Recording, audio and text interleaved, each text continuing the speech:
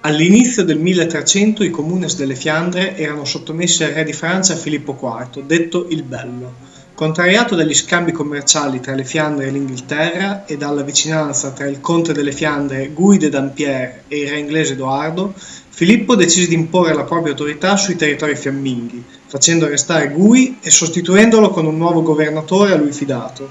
Aggravò inoltre la pressione fiscale e occupò militarmente la regione.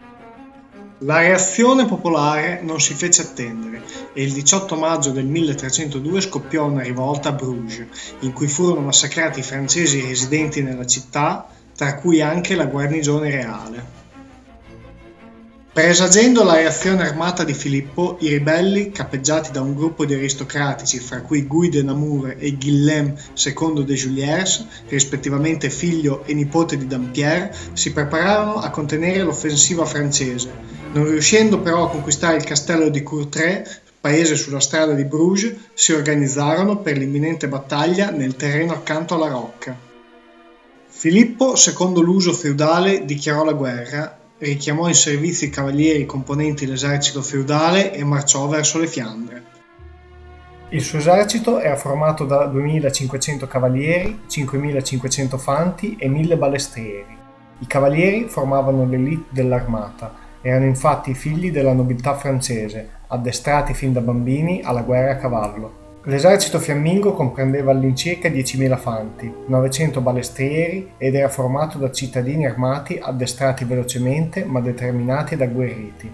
Il loro armamento consisteva sostanzialmente in lunghe lance e i Gutentag, bastoni lunghi circa 1,5 metri, dotati ad una estremità di uno spuntone di ferro. Secondo il peso delle forze in campo dell'epoca, che riteneva un cavaliere valere almeno quanto 10 soldati a piedi, il vantaggio francese sembrava netto. Tuttavia queste considerazioni non tenevano conto di fattori come il campo di battaglia e l'organizzazione degli eserciti, che vedremo sarà determinante nell'esito della battaglia di Courtrai.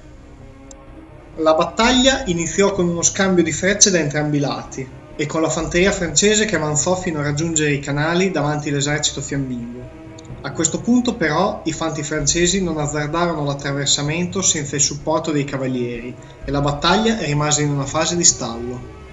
Fu allora che Roberto d'Artois decise di giocarsi la carta dei cavalieri, nella certezza che la carica della cavalleria pesante avrebbe sbaragliato le formazioni dei miliziani fiamminghi. Successe l'incredibile, ovvero dopo aver superato i canali davanti ai ribelli e caricato le formazioni di picchieri, i cavalieri francesi furono fermati e respinti fino ai canali, dove impossibilitati a muoversi liberamente furono decimati dai fiamminghi. Vedendo i propri corpi di élite venire massacrati, il resto dell'esercito francese sbandò, venendo inseguito dai ribelli e decimato a sua volta.